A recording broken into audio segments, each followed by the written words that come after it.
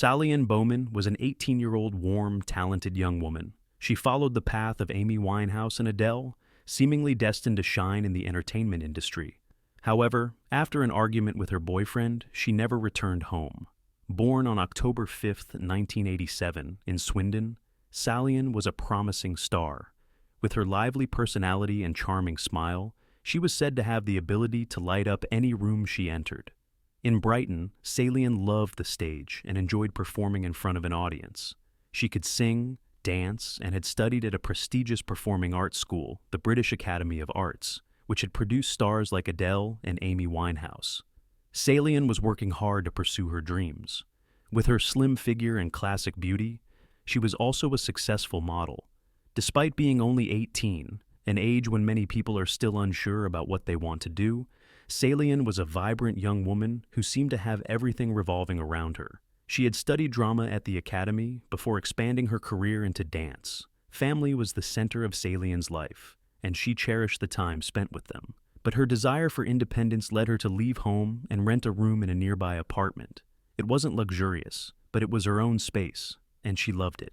On September 24th, 2005, Salian spent a relaxing day at her mother's house, preparing for a night out with her sister Nicole and friends at a bar on High Street in Croydon, downtown. She told her mom that she loved her before heading down the hallway. Not wanting to go to London, she and her friends decided to have a local girls' night out. They danced, drank, and laughed non-stop. By 1 a.m., Salian and her friends were having the time of their lives. They took a taxi to her aunt's house, but she didn't feel like continuing the party. She had recently broken up, and the experience still haunted her. Salian had been in a relationship with Louis Broston for 2 years, with many ups and downs. A few weeks earlier, they had officially broken up. When they arrived at her aunt's house, she called Louis, who was out having fun with friends in Kingston. Still reeling from the breakup, she made up a story to get his attention, claiming that her sister Nicole had been arrested for fighting and she needed him to pick her up. Though he didn't want to leave his friends, he still drove to pick her up, not wanting her to be stranded. It was already 2:20 a.m., and on their way back down Blenheim Avenue, they started arguing.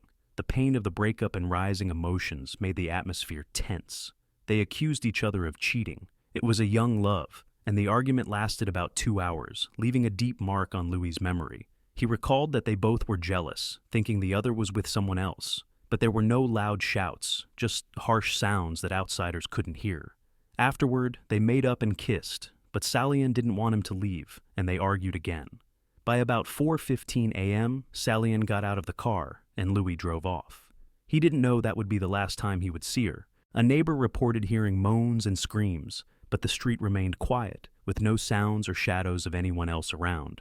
They returned to bed, but 5 minutes later, the screams still left them uneasy.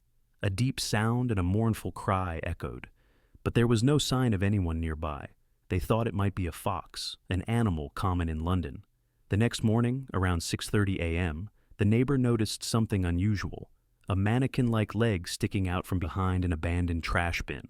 Upon getting closer, they were faced with a horrific sight. Salian's mother, Linda Bowman, heard noises at the front door early in the morning and thought her daughter had been locked out. But when she opened the door, she was stopped by 3 police officers. The officer delivered the dreadful news. Salian would never be coming home. Linda recalled screaming, feeling as though the world was falling apart. Her youngest daughter had been attacked by someone with a sharp object until she stopped breathing. Just a few hours later, Salian's sister and mother had to face the painful reality of identifying her body. Linda shared that, at first, she thought it was a cruel joke. When she entered the room, she briefly thought the body wasn't her daughter's because of the black hair. But as she approached, she recognized Salian's adorable nose. 2 days after Salian was discovered dead, the family decided to look further into the case. Detective Steve Hardy-Candy visited Linda's house to tell the family what the police knew. On the evening of September 25th, after receiving a report, the quiet street was sealed off. The police acted swiftly, and the shocking case rocked the community, with all eyes turning to Louis, Salian's ex-boyfriend. Louis recounted his last moments with her, saying he wanted to get back into the car, but she wouldn't let him, grabbing his shirt and ripping his necklace, causing him pain in his neck. A few minutes later, he got into the car and locked the door, while Salian walked away holding her purse. Through the rearview mirror, he saw her heading toward the front garden of the house, and that was the last time he saw her.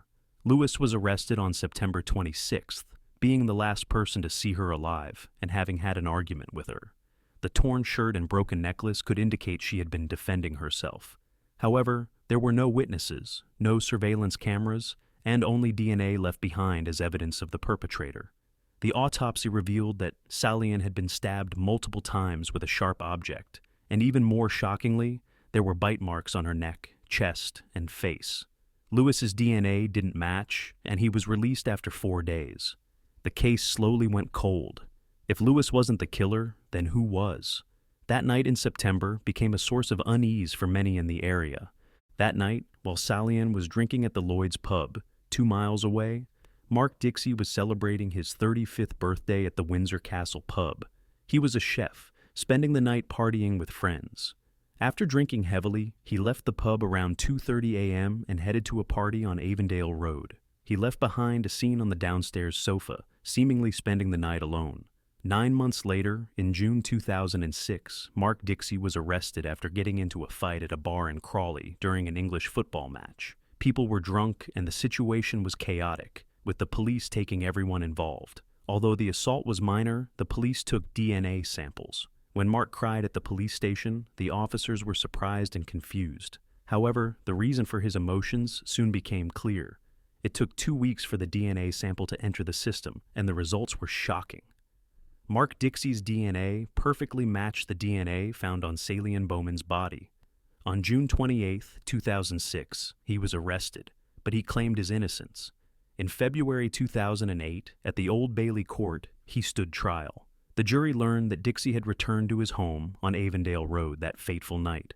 3 weeks before Salian's death, he had been kicked out of his home by his girlfriend and son. That night, he tried to convince his girlfriend to take him back. After sleeping on a friend's sofa, he refused to leave with them the next morning, locking the bedroom door to leave through the front door without being noticed. It remains unclear whether he happened to encounter Salian or if he planned to commit the crime. In court, he claimed that he found Salian unconscious and that he was not her killer, only biting her cheek after realizing she was dead. This defense seemed forced, but it was all he had.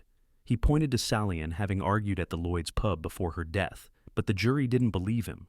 Moreover, this wasn't Mark Dixie's first crime, but his 17th.